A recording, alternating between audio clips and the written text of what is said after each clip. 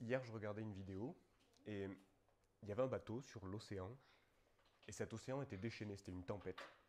Le capitaine regarde face à lui, il y a une énorme vague qui arrive, il se tourne vers son équipage, il fait «Accrochez-vous, ça va secouer!» Donc tout le monde essaie de s'accrocher à quelque chose. Et en fait, ça ça m'a fait beaucoup rire parce que dans nos vies, il y a des choses qui sont difficiles et on a envie de s'accrocher à quelque chose. Mais à quoi est-ce qu'on peut s'accrocher quand c'est difficile et quand c'est dur? Et on va le voir ensemble dans le livre d'Ésaïe, au premier chapitre.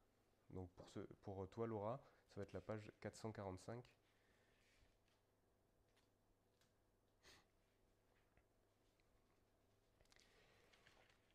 Et pour comprendre un petit peu le contexte de ce qui est dit par Ésaïe, on va remonter un petit peu dans l'histoire d'Israël. Donc on va partir du moment où le peuple d'Israël est libéré d'Égypte. Donc quand on dit le peuple d'Israël, c'est les 12 tribus d'Israël. Moïse est un homme choisi par Dieu qui va permettre la libération du peuple d'Israël. Ensuite, le peuple est conduit et guidé par Josué. Et puis on a toute une série de personnes qui vont être choisies par Dieu, qui sont décrites dans le livre des Juges, qui vont conduire le peuple d'Israël, qui vont le guider. Et l'un de ces derniers prophètes, c'est Samuel. Et après Samuel, le peuple va demander à Dieu d'avoir un roi, comme les autres nations. Parce que toutes les nations ont un roi, mais le peuple de Dieu n'en a pas. Si, il en a un, c'est Dieu. Mais le peuple de Dieu veut un homme, un roi. Et c'est là où Saül est nommé roi du peuple d'Israël. Ensuite, on a le roi David. On a son fils, Salomon. Et à la mort de Salomon, le peuple d'Israël va être divisé. Ces 12 tribus vont se désunir. Il y a 2 tribus qui vont choisir de suivre le fils de Salomon, Roboam. Et ces 2 tribus, avec Roboam, vont former le royaume de Judée, qui est juste à côté de la mer Morte. Donc on a la mer Morte ici, avec la mer Méditerranée. Et là, c'est le royaume de Judée. Et au-dessus du royaume de Judée, les 10 autres tribus vont suivre un homme qui était à l'époque de Salomon, c'est Jéroboam. C'était un conseiller de Salomon, mais qui a aussi participé à la tentative d'assassinat de Salomon.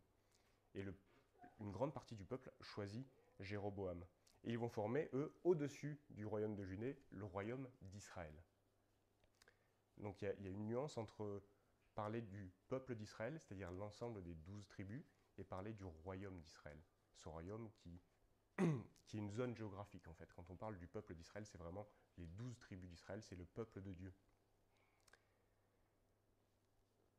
Jérusalem, la capitale du peuple de Dieu, qui avait été choisi par Dieu pour édifier son temple, est dans le pays de Juda.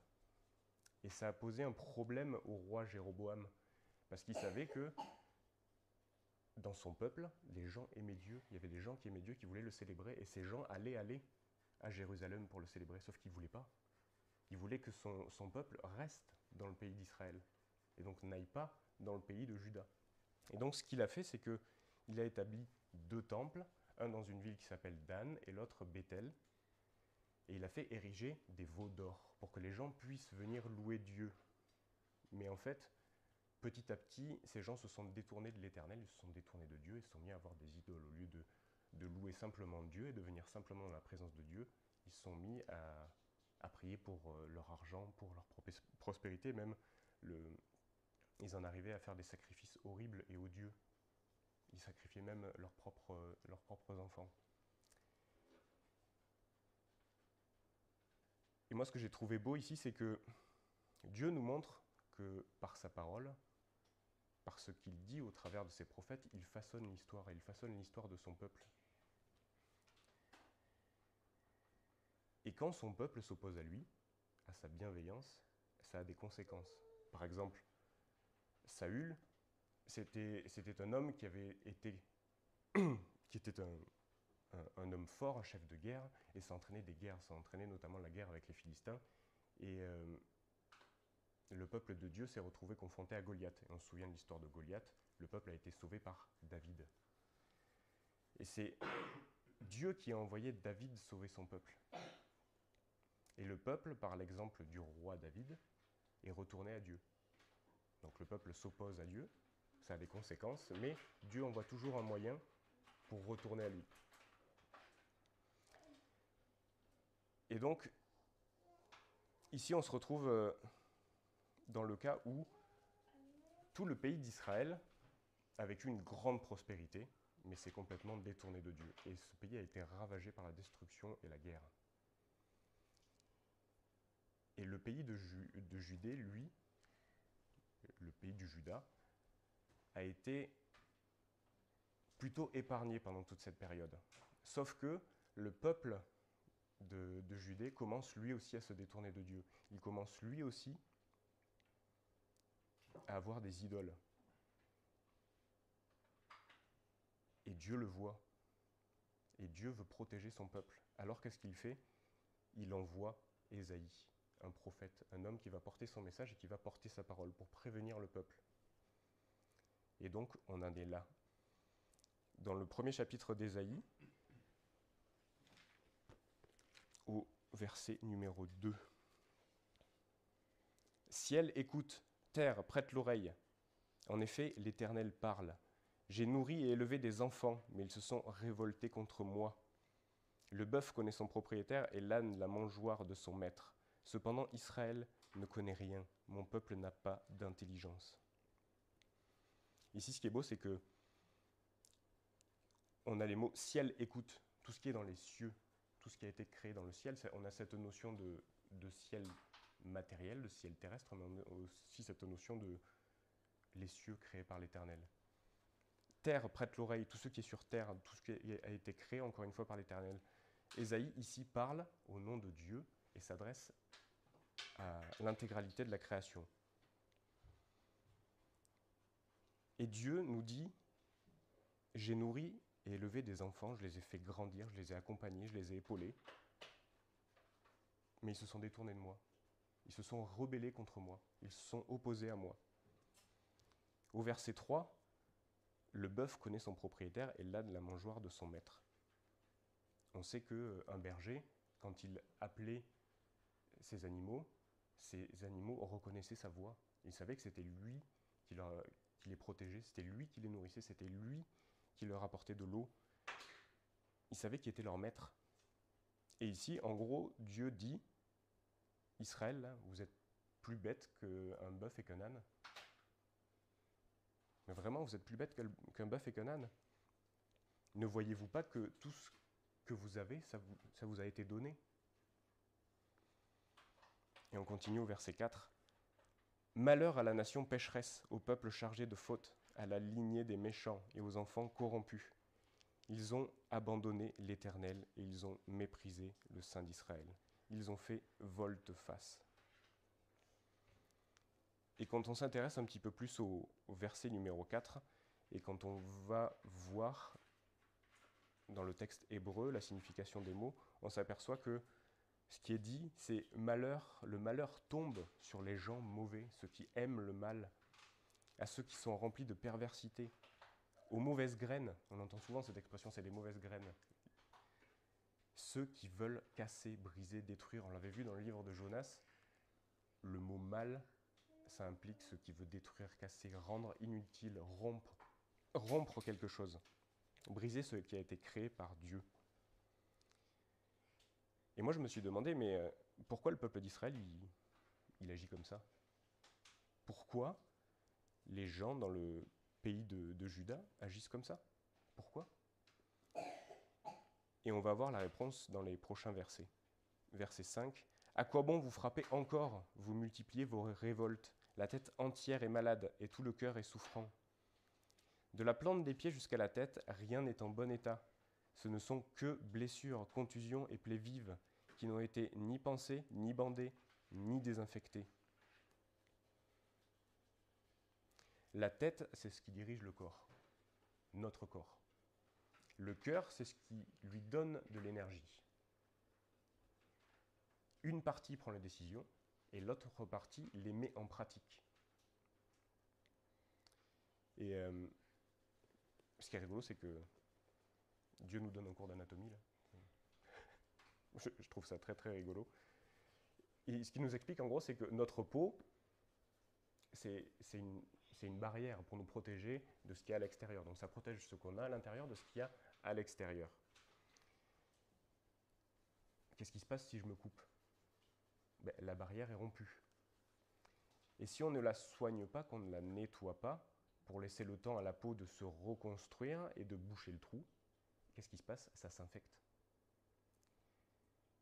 Et ce qui est mauvais, ce qui est dangereux pour nous, va commencer à se multiplier et à gagner de plus en plus certaines parties du corps. Et ça peut devenir grave en fait.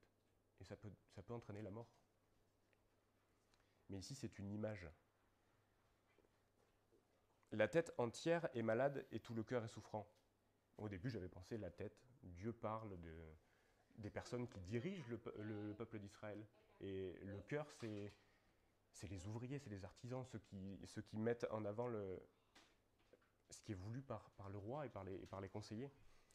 Mais il y a, je pense aussi une autre image, c'est que Dieu s'adresse aussi à nous, et à nos cœurs, et à notre âme.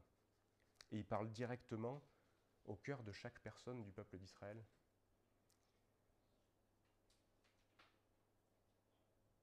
Donc, on l'a vu, notre tête dirige notre corps et nos actions ont des conséquences. Elles ont des conséquences sur notre environnement, mais elles ont des conséquences aussi sur notre âme. De ce qu'il y a de plus précieux au monde. Et on se souvient que la parole nous dit dans Proverbe 4, 23, « Prends soin de ton cœur plus que toute autre chose, parce que de lui jaillit des sources de vie. » Et ok, bon, la tête donne les ordres, mais qu'est-ce qui donne les ordres à ma tête? Est-ce qu'il y a quelque chose qui m'influence pour que je puisse prendre des décisions? Ben oui, Dieu nous le dit, c'est lui qui nous influence. Mais si on n'est pas sous son influence, ça veut dire qu'on est opposé à son influence. Et l'autre influence, c'est l'influence du mal. Et on va continuer. Au verset 7, « Votre pays est dévasté, vos villes sont réduites en cendres. Des étrangers mangent des produits de votre sol sous vos yeux. C'est une dévastation pareille à la catastrophe opérée par des étrangers. Et la fille de Sion a survécu. Elle est restée comme une cabane dans une vigne, comme une hutte dans un champ de concombres, comme une ville épargnée. »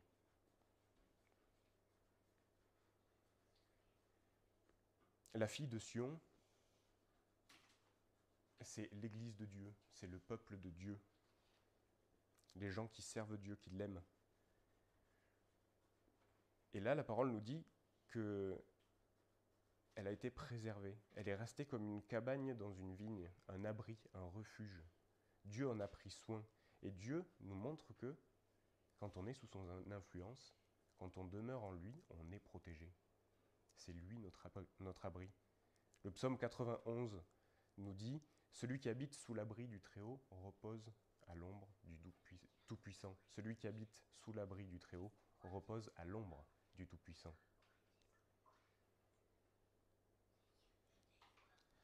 Verset 9. « Si l'Éternel, le Maître de l'univers, ne nous avait pas conservé un faible reste, nous serions pareils à Sodome, nous ressemblerions à Gomorrhe. » Encore une fois, c'est Dieu qui protège. C'est sa présence qui nous empêche d'être sous une mauvaise influence. C'est Dieu qui garde en vie son Église et c'est Dieu qui protège notre foi. Sinon, on serait tous livrés à être pervers, cruels et violents. Et c'est ce qui s'est passé pour le peuple d'Israël, pardon, pour le pays d'Israël.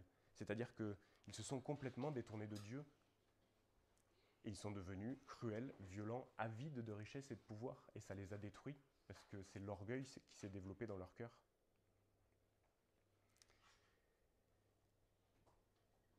Nous serions pareils à Sodome, nous ressemblerions à Gomorrhe. On se souvient que ce sont deux villes qui, justement, étaient... Les habitants faisaient des choses horribles. Et la conséquence que ça a eu, c'est que ces villes ont été détruites par le jugement de Dieu. Et tous ces gens sont morts parce qu'ils n'étaient plus sous l'influence de Dieu. Et que ça a des conséquences, encore une fois. Écoutez la parole de l'Éternel, chef de Sodome. Prêtez l'oreille à la loi de notre Dieu, peuple de Gomorrhe. Écoutez la parole de l'Éternel, chef de Sodome. Sodome, l'une des définitions qu'on peut trouver dans l'hébreu, c'est le mal, encore une fois. Chef de Sodome, c'est les chefs, les princes du mal. Prête l'oreille à la loi de notre Dieu, peuple de Gomorrhe, gens qui font ce qui est mauvais, qui sont dirigés par des mauvaises influences. Que m'importe la quantité de vos sacrifices ? Qu'est-ce que ça représente, ce que vous faites en fait ? Quand vous venez dans mon temple et que vous sacrifiez des animaux ou même vos propres enfants, parce que les habitants de Juda le faisaient aussi, pourquoi vous faites ça ? Qu'est-ce que ça m'apporte à moi et qu'est-ce que ça vous apporte à vous ? Posez-vous la question, et c'est une question rhétorique qui est posée par Dieu, mais posez-vous la question, qu'est-ce que ça vous apporte et qu'est-ce que ça m'apporte à moi ?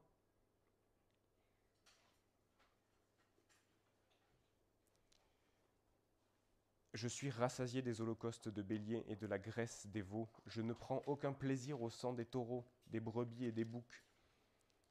Quand vous venez vous présenter devant moi, qui vous demande de piétiner ainsi mes parvis ? Encore une fois, pourquoi vous faites ça ? Est-ce que je vous ai demandé de faire ça ? Non. Alors, si ce n'est pas moi, qui c'est ? Et qui est-ce que vous venez glorifier ? Qui est-ce que vous venez louer quand vous faites ça ? Cessez d'apporter des offrandes illusoires. Dieu continue.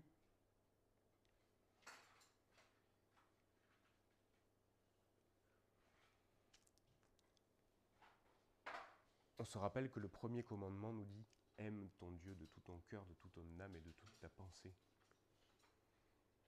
Et ici, que font les gens ? Ils se présentent devant Dieu et, on va le voir après, ils font des sacrifices horribles. Et ils célèbrent ça, ils sont joyeux de le faire. Et Dieu est horrifié de ce qu'il voit. J'ai horreur de l'encens des débuts de mois, j'ai des sabbats et des convocations aux réunions. Je ne supporte pas de voir l'injustice associée aux célébrations. Ce que vous faites n'est pas juste parce que ce n'est pas de Dieu. Et en plus, ça vous fait rire, vous trouvez ça drôle. Et Dieu s'adresse à son peuple, et je pense que Dieu s'adresse à nous aussi en nous demandant, mais où est ta foi ? Dans quoi est-ce que tu mets ta foi ? Je déteste vos débuts de mois et vos fêtes. C'est un fardeau qui me pèse. Je suis fatigué de les supporter. Fatigué. Quand vous tendez les mains vers moi, je détourne les yeux de vous. Même quand vous suppliez par des prières, je n'écoute pas. Vos mains sont pleines de sang.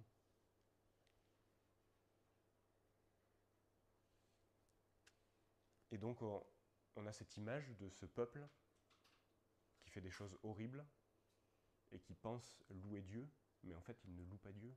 Il loue un Dieu qu'il s'est créé lui-même, un idole, et qui s'éloigne de lui. Mais ce qui est beau avec la parole, c'est qu'elle est vivante, et que même si ce livre a été écrit il y a littéralement des milliers d'années, là, Dieu s'adresse à nous encore par sa parole. Et Dieu s'adresse à nos cœurs, et Dieu est en colère. Et en colère, pourquoi ? Parce que moi le premier, et ça m'arrive tellement souvent, on traite nos cœurs comme des dépotoirs et des décharges en fait. On y accumule nos colères, nos amertumes et nos rancœurs. Et on peut en devenir fier. Oh, je me suis endurci et puis non, j'accepte pas ça, donc je me valorise, je valorise ça, je valorise ma dureté, je valorise ce qui est pas de Dieu en fait. Et encore une fois, Dieu nous dit, mais où est ta foi ? En quoi est-ce que tu mets ta foi ? Israël, le mot, il y a une définition qui est très belle, ça veut dire lutter avec Dieu. Lutter avec Dieu. Et la question que je me suis posée, c'est est-ce que dans ma vie, je lutte avec Dieu, en compagnie de Dieu, ou je lutte sans Dieu ? Vraiment, est-ce que je fais les choses sans lui? Mais si je suis sans Dieu et que je lutte sans Dieu, en fait, je suis contre lui. Parce que je ne suis pas sous son influence. Je ne l'écoute pas. Je ne suis pas proche de lui. Et c'est ce que veut Dieu. Aime-moi, passe du temps avec moi.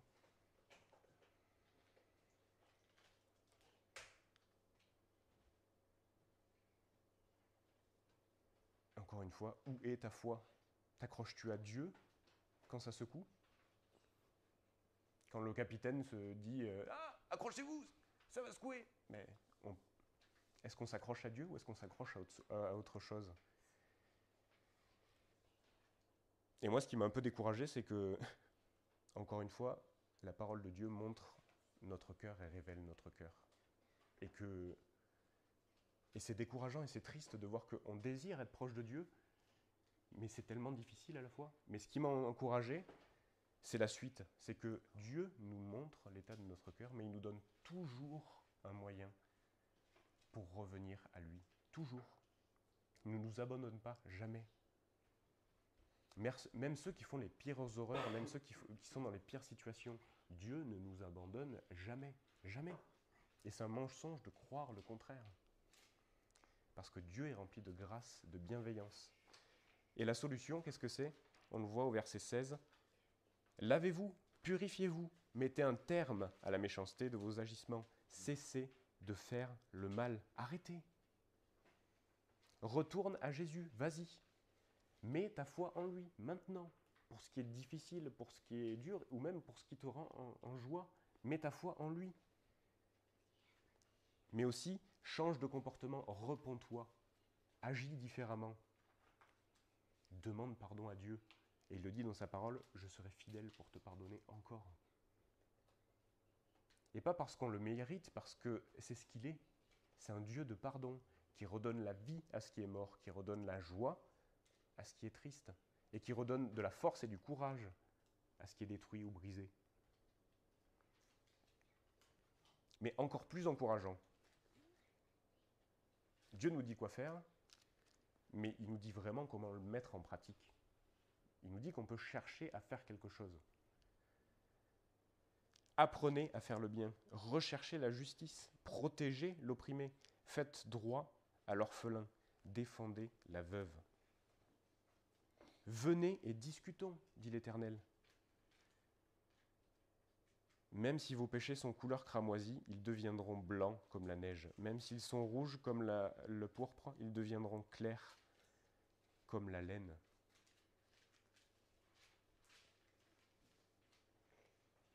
Et encore une fois, Dieu nous montre que notre cœur, c'est précieux pour lui.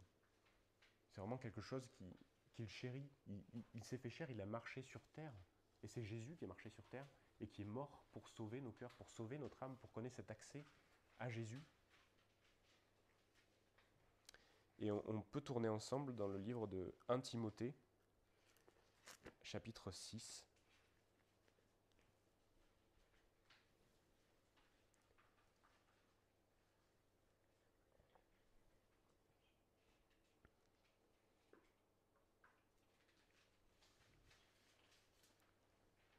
« 1 Timothée chapitre 6. Je vais vous lire du verset 3 à 11. Si quelqu'un enseigne une autre doctrine et ne s'attache pas aux saines paroles de notre Seigneur Jésus-Christ et à l'enseignement qui est conforme à la piété, il est aveuglé par l'orgueil, il ne sait rien, il a la maladie des controverses et des querelles de mots. Si quelqu'un se détourne de la foi, il est aveuglé par l'orgueil, il ne sait rien, il a la maladie des controverses et des querelles de mots. C'est de là que naissent les jalousies, les disputes, les calomnies, les mauvais soupçons, les discussions violentes entre des hommes à l'intelligence corrompue, privés de la vérité, qui croient que la piété est une source de profit. La piété est pourtant une grande source de profit quand on se contente de ce qu'on a. Parce que Dieu ne nous donne pas ce qu'on désire, mais Dieu nous donne ce dont on a réellement besoin. Parce qu'il nous connaît. Parce qu'il nous connaît. Et en effet, nous n'avons rien apporté dans le monde. Nous ne pouvons rien en apporter. Il y a un autre passage de la Bible qui dit « Qu'as-tu que tu n'aies reçu ?» Dieu nous donne et on s'accapare. la dernière fois que j'ai pris le train, pour aller entre Bordeaux et Brive-la-Gaillarde, il y avait vraiment beaucoup de monde. À tel point qu'il y avait autant de gens debout que de gens assis. C'est-à-dire qu'il y avait un gars qui était là pour faire du comptage et recenser le nombre de personnes. Et il m'a dit qu'il y avait 150 places assises, on était plus de 300. Et moi, ce qui m'a fait rire, c'est que dans ces cas-là, je remercie Jésus parce que je trouve de suite une place, je m'assois et puis j'ai l'impression qu'il n'y a pas de problème. Et le conducteur du train fait passer un message. S'il vous plaît, laissez les places assises pour les personnes âgées, pour les femmes enceintes et pour les personnes à mobilité réduite. Donc je me dis, cool, moi je suis à mobilité réduite, ça va. Mais en fait, je me dis, non, je peux faire mon voyage debout. Et ce qui se passe, c'est que je prie et je demande à Dieu, si vraiment quelqu'un me donne une place, permet que je le voie. Et quelques secondes après que j'ai prié, toute l'allée était remplie de gens, et il y a des gens qui commencent à s'écarter. Et là, il y avait un monsieur que j'avais vu dans le hall qui vraiment, il avait vraiment des difficultés pour marcher. Et en fait, ce qui s'est passé dans mon cœur, c'est que je l'ai regardé et je lui ai dit, est-ce que vous voulez ma place, la mienne? Il n'est pas marqué mon nom et c'était pas réservé. Là. Non. Et ce qui s'est passé, c'est que je me suis approprié ce qu'on m'avait donné. Je me suis littéralement approprié ce qu'on m'avait donné. Et c'est de l'orgueil. Est-ce que vous voulez ma place? C'était peut-être une façon de parler, mais en fait, non, c'était pas une façon de parler. Je peux le dire des fois, où on peut utiliser des tournures de phrases, où on dit moi, ma fourchette, mon couteau. Mais là, c'était vraiment, Dieu me montrait que mon cœur, c'était ma place, et que je voulais pas lui donner, en fait. Nous n'avons rien apporté dans le monde, et nous ne pouvons rien en apporter. C'était Billy Graham qui disait est-ce que vous avez déjà vu un camion de déménagement suivre un corbillard? Un petit peu comme les Vikings, en fait. Est-ce que vous avez déjà vu un camion de déménagement avec toutes vos affaires suivre un corbillard? Est-ce que ça veut dire que tout ce qu'on a, les biens qu'on a, est-ce que ça nous suit après notre mort? Ben non. Non. Si donc nous avons de la nourriture et des vêtements, cela nous suffira. Quant à ceux qui veulent s'enrichir, ils tombent dans la tentation, dans un piège et dans une foule de désirs stupides et nuisibles, qui plongent les hommes dans la ruine et provoquent leur perte. L'amour de l'argent est en effet à la racine de tous les maux. En s'y livrant, certains se sont égarés loin de la foi et se sont infligés eux-mêmes bien des tourments. C'est Paul qui écrit ça à Timothée. L'amour de l'argent est en effet la racine de tous les maux. Ésaïe était en train de parler à un peuple qui valorisait l'argent plus que Dieu. Le peuple d'Israël, et dans le pays d'Israël, ces 10 tribus qui avaient choisi de suivre Jéroboam, aimaient le pouvoir, aimaient l'argent. Et Paul rappelle ici à Timothée, attention, tu vas chuter si tu te lies à l'argent. Parce n'oublie pas que c'est Dieu qui te donne, c'est Dieu qui pourvoit dans chacune des parties de ta vie.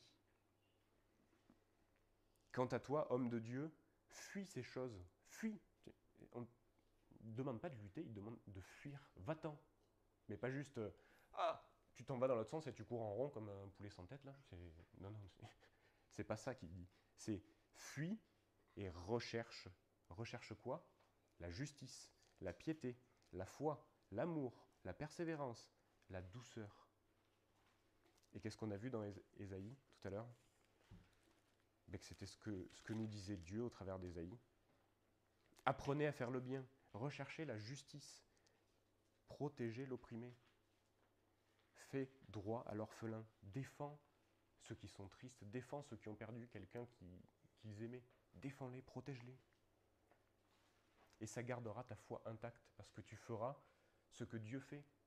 Ce qu'il fait pour nous, il nous défend, il nous protège, il pourvoit à nos besoins, il est juste aussi envers nous. Et ce qui est vraiment très joli ici, c'est que au verset 18, Dieu dit « Venez et discutons. » Viens et on va parler. Viens et parlons. Et on l'avait vu dans le livre de Jonas. Ce qui était rigolo, c'est que Jonas avait beau être têtu, avait beau camper sur ses positions, Dieu essayait toujours de discuter avec lui. Dieu essayait toujours de créer une discussion. Et donc Dieu nous demande simplement de venir à lui. Reviens à moi, va à Jésus, prie, lis ma parole, parce que ma parole a été faite pour toi, pour que tu puisses passer du temps à apprendre à me connaître. Passe du temps avec Dieu, tu en as besoin. Vas-y, fais-lui confiance, il sait ce dont tu as réellement besoin. Et encore une fois, il ne donne pas ce qu'on désire, mais il nous donne ce dont on a besoin. Et donc la question au départ, c'était qu'est-ce qui se passe quand quelque chose va nous secouer, quand on va affronter des difficultés? Eh bien, on peut s'accrocher à Jésus. On peut s'accrocher à Jésus. Pas à notre expérience, pas à nos connaissances, pas à notre manière de penser, mais à Jésus, à ce qu'il a fait pour la croix, et à qui il est. Il est Dieu de toutes choses, il est Dieu de la création, et il nous connaît. Et c'est un mensonge, encore une fois, de croire le contraire qu'il ne nous connaît pas, ou qu'il ne pourvoit pas. On peut s'accrocher à Jésus et à l'amour de Dieu. Et Dieu nous dit dans sa parole qu'on peut avoir l'assurance que rien ne peut nous ravir de sa main. J'ai l'assurance que ni la vie, ni la mort, ni les puissances, ni les dominations, ni les anges, ni les hauteurs, ni les profondeurs, ni le présent, ni l'avenir, ne pourront me ravir de l'amour de Dieu manifesté en Jésus-Christ. L'amour de Dieu, c'est Jésus. Et on peut prier ensemble. Merci mon Dieu parce que tu as tout créé et tu nous as créés nous et tu es venu nous sauver Seigneur. Alors que notre cœur est vraiment dur et mauvais. Et je dois simplement que tu puisses nous purifier, nous laver Seigneur et nous permettre de passer du temps avec toi parce qu'on en a besoin et passer encore plus de temps à te prier et à te louer et à lire ta parole Seigneur parce que ta parole fait du bien et ta parole nous transforme. Elle façonne nos vies. Et on te prie simplement que tu puisses façonner nos cœurs, Seigneur, pour qu'on soit les hommes, les femmes que tu veux qu'on soit, mon Dieu. On t'aime, Jésus, et on a besoin de ta grâce.